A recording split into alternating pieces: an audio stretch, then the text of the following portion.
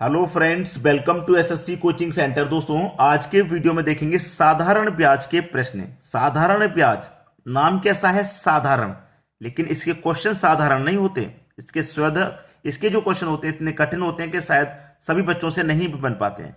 तो पूरा वीडियो देखिएगा। चलिए स्टार्ट करते हैं।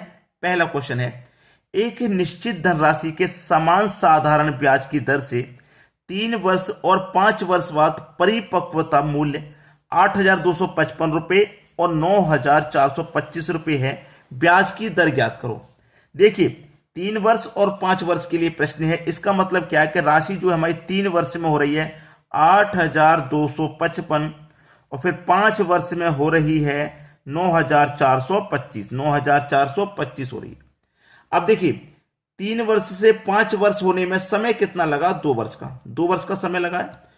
और देखिए, 3 वर्ष से 5 वर्ष का जो मूल्य हो गया, यानी कि 3 वर्ष में था 8,255, 5 वर्ष में हो गया 9,425। तो समय तो बढ़ गया 2 वर्ष, लेकिन 2 वर्ष में राशि कितनी बढ़ गई? 2 वर्ष में राशि कितनी बढ़ रही है? पैसा कितना बढ़ रहा है? वो बढ़ रहा है 1,170 रुपये। कितना बढ़ रहा है? 1,170। कितने समय में बढ़ रहा है भाई? 2 वर्ष में बढ़ रहा है ये 1,170 रुपये। यानी कि 2 वर्ष में ब्याज कितना बढ़ रहा है? 1,170। जब 2 वर्ष में ब्याज 1,170 बढ़ रहा है तो 1 वर्ष का ब्याज कितना होगा? 2 वर्ष का जब 1,170 है तो 1 वर्ष का कितना हो जाएगा? 585, यानी कि 585 हो जाएगा। 1 वर्ष का जो ब्याज हो जाएगा वो हो जाएगा 585। जब 1 वर्ष का 585 तो 3 वर्ष का कितना हो जाएगा भैया? 3 से गुना कर दो, इसमें कितना हो जाएगा मालूम हो जाएगा। 3 पच्चीस 15 का 5, कैरी का 1, 3 अट्ठे 24, कैरी का 1 लगा देंगे तो 25, कैरी का 2, 3 पंजे 15, कैरी का 2 17, यानी कि 1,755 रुपया हमारा 3 वर्ष का ब्याज है। 3 वर्ष का ब्याज हमने क्यों निकाला है? क्योंकि जब हमारे पास राशि दे रखी है कि 3 वर्ष में 8,255 हो गई, तो इसमें भाई 3 वर्ष का ब्याज भी तो शामिल है। मैं इसमें से 3 वर्ष का ब्याज अगर माइनस कर दूं, अगर मैं इसमें से 3 वर्ष का ब्याज माइनस कर दूं तो मुझे राशि मालूम हो जाएगी कितनी है। कर दिए जी मालिश। ठीक है, तो देखिए 8,255 में से माइनस कर देंगे हम 1,755 का। 5 में से 5 गया 0, 5 में से 5 गया 0, 12 में 7 गया 5 और 7 में से गया 6, यानी कि 6500 रुपये वो राशि है। तो हमें ब्याज की दर मालूम करनी है, यानी कि जो फॉर्मूला होता है सिंपल इंटरेस्ट का उसे लगा दो। सिंपल इंटरेस्ट बराबर PR/T/100, ये फॉर्मूला होता है। ठीक है, साधारण ब्याज हमें पता है ब्याज कितना 1 वर्ष का 585 निकाला था, तो ब्याज निकाल दो भैया 585 बराबर प्रिंसिपल हमारा 6,500 निकल के आया। 6,500 प्रिंसिपल है, प्रिंसिपल लिख दो। रेट निकालना है। टाइम कितने का है भाई? टाइम कितने का है? यहाँ पे टाइम बेसिस ध्यान रखना, टाइम का ध्यान रखना। हमारा जो यहाँ पे एसआई है वो 1 वर्ष का लिखा गया है। समय इसका मतलब 1 वर्ष है। यहाँ पे 3 वर्ष लिखना है कि 5 वर्ष लिखना है। आपने ब्याज कितने समय का लिखा है? 1 साल का लिखा है ना, तो समय 1 साल आ जाएगा बट्टे में 100। बस प्रश्न यही खत्म हो जाएगा। कर लीजिए इसी को सॉल्व। देखिए 2 जीरो से आपके सीधे सीधे 2 जीरो खत्म हो गए। ठीक है, 2 जीरो से 2 जीरो खत्म हो गए। अब इसे कटा लो। 13 से ये कटेगा तो 13 से ये भी कटेगा। क्या 13 से कटा कर देगा? 13 चौके 52, 6 बचेगा 65, कट गया भाई। 13 पंजे 65 कटा, 13 चौका 52, 13 पंजे 65। अब 5 से कट जाएगा 45, 9 बार में। तो देखिए आर कितना आ गया निकल के? 9, यानी कि 9%, यानी कि पहला ही ऑप्शन आपका सही जवाब है। आगे सभी को समझ में अच्छे से? मैंने क्या बोला? प्रश्न है साधारण ब्याज का, लेकिन इसके प्रश्न साधारण नहीं होते। प्रश्न इसके साधारण नहीं होते, याद रखना। तो चलिए अब देखेंगे अगला क्वेश्चन। अगला क्वेश्चन है, अक्षय 2 वर्षों के लिए 6% साधारण ब्याज की दर पर 3,000 रुपये उधार लेता है। 3,000 रुपये भाई उसने उधार ले लिए और समान राशि को 2 साल के लिए 9% वार्षिक साधारण ब्याज पर अपने दोस्त को उधार दे देता है। अक्षय को 1 साल में कितना लाभ होगा? भाई देखिए इसका तो लाभ ही लाभ है। अक्षय ने 3,000 रुपये उधार लिए, 6% की दर से लिए 2 वर्ष के लिए, लेकिन वही पैसा, वही 3,000 रुपये उसने 2 साल के लिए खुद लिए थे। वही पैसा 2 साल के लिए अपने दोस्त को दे दिए, लेकिन 9% की ब्याज की दर। खुद ने लिए थे 6% की दर पे, लेकिन अपने दोस्त को दे दिए 3% की, 9% की दर पे। तो फायदा 3% का ले रहा है। वो 3% का ले रहा है कि नहीं ले रहा? तो राशि कितनी है भाई? 3,000 रुपये की राशि है। पूछ रहा है कि अच्छे को साल में कितना लाभ होगा? भाई 6% की दर पे लिए थे, 9 पे दे रहा है, तो 3% का लाभ कमा रहा है। कितने का? 3 का। परसेंट का मतलब बटे में 100। क्लियर है? बस कटा लो, प्रश्न को सॉल्व कर लीजिए। 2 जीरो से 2 जीरो गए, 30 का गुना 3 से कर दो, ये हो जाएगा 90। यानी कि वो साल में 90 रुपए का लाभ कमाता है। बी ऑप्शन बिल्कुल सही जवाब, साल में 90 रुपए कमा रहा है वो फायदे के। अब देखेंगे अगला क्वेश्चन। अगला क्वेश्चन है 5,000 रुपए पर 5% वार्षिक दर से 5 वर्ष का साधारण ब्याज क्या होगा। देखिए अच्छा क्वेश्चन है, चाहे तो आप इसे सिंपल इंटरेस्ट का जो फॉर्मूला है उससे कर लो, ऐसा ही बराबर PRT/100। और डायरेक्ट कैसे करते हैं वो भी मैं बताऊंगा। ठीक है, डायरेक्ट कैसे करते हैं। साधारण ब्याज क्या होगा यानी कि SI क्या होगा ये पूछ रहा है। प्रिंसिपल हमें दे रखा है 5,000 का, रेट दे रखा है 5% का, टाइम दे रखा है 5 का, बटे में आ जाइए 100। ठीक है, अब देखो 2 जीरो से यहां पे मैं 2 जीरो कटा दूं, 5 का गुना 5 से करो 25, 25 का गुना 5 से कर दो तो 125, 125 और ये कि जीरो बचा है तो जीरो लास्ट में आ जाएगा। इसका मतलब 1250 आपका आंसर आ गया। बी ऑप्शन बिल्कुल सही। साधारण ब्याज कितना आ गया 1250। अब ये तो फॉर्मूले से हो गया, डायरेक्ट कैसे करेंगे। राशि कितनी आपके पास 5,000 रुपए की राशि है, कितने की 5,000 की राशि। एक साल का रेट आपका 5% है तो 5 साल का कितना हो जाएगा 25, सीधा सीधा 25% निकाल लो। परसेंट का मतलब बटे में 100, 2 जीरो से आपके 2 जीरो कट गए, ये जीरो लास्ट में आ जाएगा। 25 का गुना 5 से कर दो 125।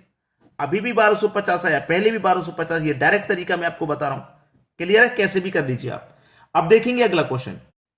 अगला क्वेश्चन है किसी धन पर 2 वर्ष का चक्रवृद्धि ब्याज 249.60 रुपए तथा साधारण ब्याज 240 रुपए है।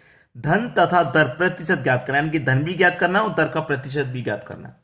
दर का जब प्रतिशत ज्ञात करना होता है तो दर के लिए एक जो मैं नोट करा रहा हूं फॉर्मूला भी नोट कीजिए। दर के लिए दर बराबर CI माइनस SI बटे में हाफ इंटू SI, ठीक है, गुने 100। इसको नोट कर लीजिए, इसको नोट कर लीजिए।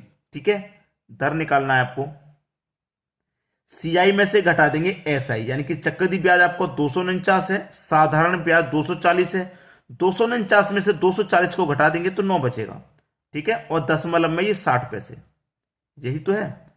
बटे में आ जाइए 1/2 इंटू SI हमारा 240 था, 240 और गुने में कितना है 100।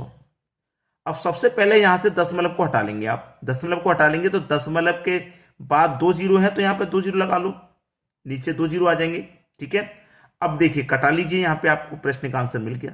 सबसे पहले तो मैं यहां पे 2 जीरो से ये वाले 2 जीरो कैंसिल कर देता हूं, ठीक है, और 2 से कटा दूंगा 240, तो ये कितनी बार में कट जाएगा 120 बार में कट गया।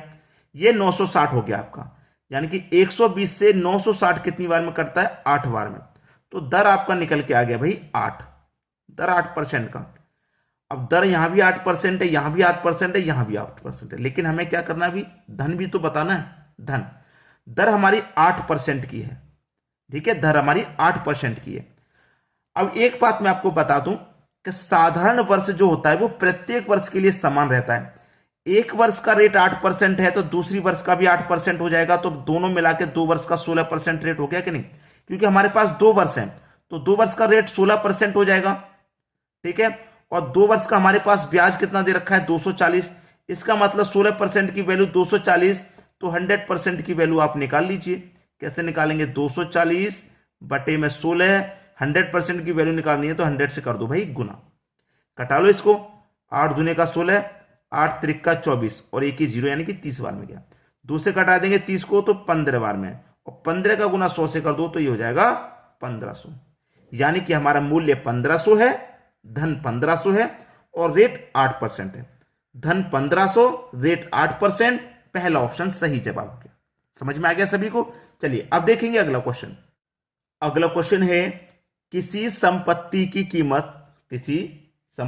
कीमत प्रति वर्ष उसकी प्रारंभिक वर्ष की तुलना में 10% कम हो जाती है।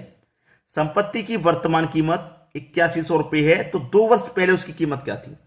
आपके पास रेट दे रखा है देखिए 10% का, इसकी फ्रैक्शन वैल्यू होती है 1/10। अब ये कम कहने की बात कर रहा है तो क्या करेंगे, कम कर देंगे, यानी कि 10 में से कम कर देंगे, 9/10 ही रहेगा। कम करने की बात करेगा तो नीचे में ऊपर कम करके लिखते हैं, यानी कि 1 कम करके लिखेंगे 9/10। ठीक है, चलिए यहां पे अब वर्तमान कीमत उसके पास है 8100 रुपए वर्तमान, 8100 रुपए वर्तमान कीमत।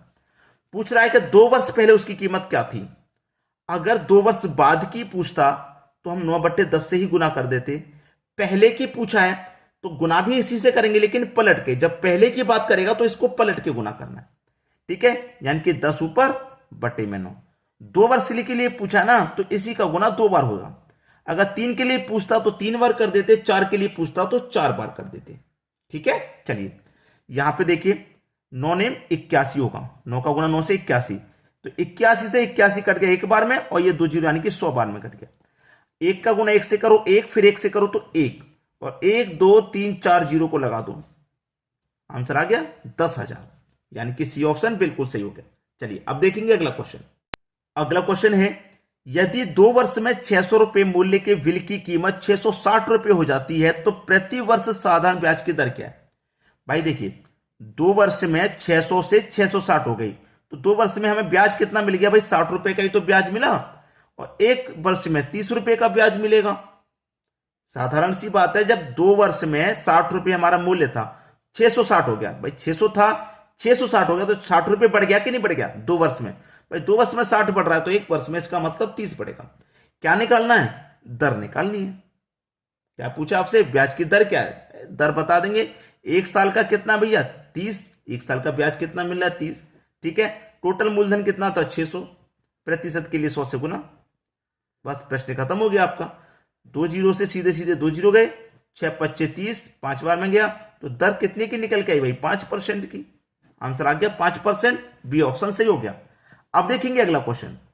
अगला प्रश्न है, एक धनराशि चक्रवृद्धि ब्याज की दर से 6 वर्ष में अपने से दोगुनी हो रही है, अपने से दोगुनी हो रही है 6 वर्ष में हो जाती है, तब उसी ब्याज की दर से वह धनराशि कितनी समय अवधि में 8 गुना होगी, कितना समय लेगी 8 गुना होने में। देखिए 6 वर्ष में दोगुनी हो रही है, यानी कि कोई राशि 1 है, ठीक है, वो हो रही है दोगुनी, यानी कि 1 का 2 गुना हो रहा है, तो 2 गुना होने में कितना समय ले रही है वो 6 वर्ष का 2 गुना होने में, लेकिन 8 गुना तक पहुंची है पहले, क्योंकि उसने 8 गुना पूछा कितना समय में। अब 2 का 2 गुना 4 हो जाएगा भाई, 2 गुना होने में वो फिर से 6 वर्ष का समय लेगी, यहां से फिर 2 गुना हो जाएगा, यानी कि 8 गुना। अब पहुंच गया 8 गुना पे हम, तो यहां पे भी 6 वर्ष का समय लेगी, क्योंकि 2 गुनी होने में वो 6 वर्ष का समय ले रही है, ठीक है। 2 गुनी हुई, फिर से 2 गुनी हुई, फिर से 2 गुनी हुई, तो हम 8 गुना पे पहुंच गए, 8 गुना का ही पूछ रहा है। तो 6 वर्ष का समय यहां लगा, 6 वर्ष का समय यहां लगा, 6 वर्ष का यहां समय लगा, तो टोटल समय क्या हो जाएगा 8 गुना होने में 18 वर्ष का समय हो जाएगा, 8 गुना होने में 18 वर्ष, यानी कि बी ऑप्शन बिल्कुल सही जवाब है। इतना आसान क्वेश्चन था ये, सभी की समझ में अच्छे से आ गया। वीडियो कमेंट करके बताइएगा आपको कैसा लगा। ठीक है दोस्तों, धन्यवाद।